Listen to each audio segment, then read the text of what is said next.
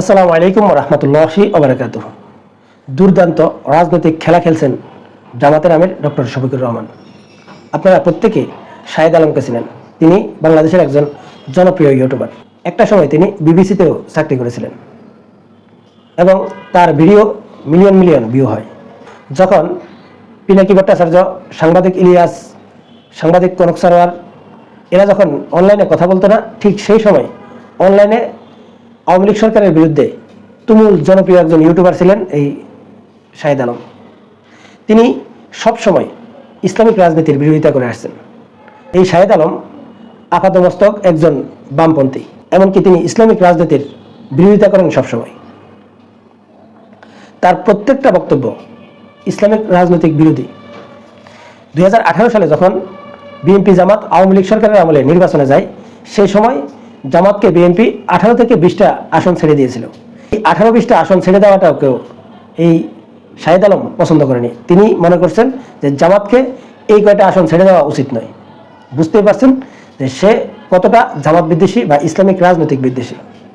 সেই শাহেদ আলমকে তিনি হঠাৎ ফোন করেন। এরকম একটা ইসলামিক রাজনৈতিক বিরোধী সাংবাদিক শাহেদ আলমকে জামাতের আমির ডক্টর শফিকুর রহমান ফোন দেওয়াটা আপনি কি চোখে দেখছেন এবং তার সাথে কি কথাবার্তা হয়েছে সেটা আপনারা সাংবাদিক শাহেদ আলমের ফেসবুক পেজে ঢুকলেই পাবেন। সে বিস্তারিতভাবে লিখেছে। আমি ভিডিওটা লম্বা হয়ে যাবে বিদায় সেটা আপনাদেরকে পড়ে শোনাচ্ছি না। এক পর্যায়ে এই শাহেদ আলম বলেছে, আপনি যে আমাকে ফোন দিয়েছেন, এখন আপনার সমালোচনা করতে অবশ্যই আমার বিবেকে বাঁধবে। তখন শফিকুর রহমান বলেছিলেন যে আপনি সমালোচনা করুন, আমার সমালোচনা আমার নেতাকর্মীরাও করে, অতএব আপনি আপনার ধারায় কথা বলুন। কিন্তু বাস্তব সত্য হলো, এই যে চরম বিদ্বেষী একজন শাহেদ আলম যারা ইসলামিক রাজনীতির বিরোধিতা করে, এই শাহেদ আলম যে কোনো কিছুর বিনিময়ে হোক সে এই জামাত সম্পর্কে এখন সমালোচনা করতে অবশ্যই কয়েকবার ভাববে। মনে করেন আমি সবসময় আওয়ামী লীগের সমালোচনা করি, যদি সত্যিকার অর্থে কখনো কোনো দিন শেখ হাসিনা আমাকে ফোন করে, তখন আমি শেখ হাসিনার বিরুদ্ধে যে কোনো সমালোচনা করতে অবশ্যই দ্বিধাগ্রস্ত হব। এবং এই জায়গায় জামাতের আমির সবচাইতে রাজনৈতিক দক্ষতাটা যেটা দেখিয়েছে, যে জামাতের যারা বিরোধিতা করছে বা জামাতের রাজনীতি নিয়ে যারা সমালোচনা করছে, তাদের সাথে একজন দলের আমির কথা বলা হচ্ছে তাকে কিন্তু দুর্বল করে দেওয়া। এবং সে অবশ্যই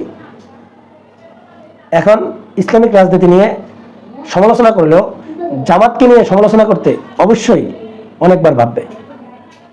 সত্যি এই জামাতের আমির ডক্টর শফিকুর রহমান রাজনীতিতে দারুণ খেলা খেলছে এবং বিগত জামাত ইসলামের ইতিহাসে এরকম একজন আমির এবং দক্ষ আমির জামাত ইসলাম পেয়েছে কিনা আমার সন্দেহ রয়েছে। রাজনীতি কত প্রকার ও কি কিভাবে রাজনীতি করতে হয় এবং মানুষের মন কিভাবে জয় করতে হয়, মনে হচ্ছে যে প্রত্যেকটা জিনিস তিনি ব্যাকরণ অনুযায়ী সাজাচ্ছেন। এবং এভাবে যদি তিনি রাজনীতি করে যান, তাহলে জামাতকে পরাজিত করা আসলেই অসম্ভব হয়ে যাবে।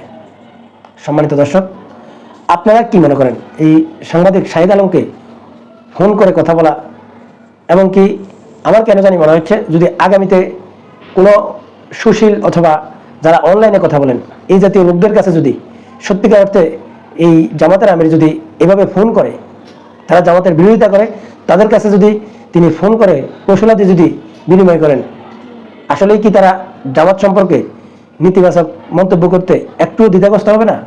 আমার কেন জানি মনে হচ্ছে বাংলাদেশে এই জামাতের আমির ডক্টর শফিকুর রহমান এক অনন্য উদাহরণ সৃষ্টি করতে যাচ্ছেন এবং জামাতকে তিনি কোন জায়গায় নিয়ে যান সেটা সময় বলে দেবে।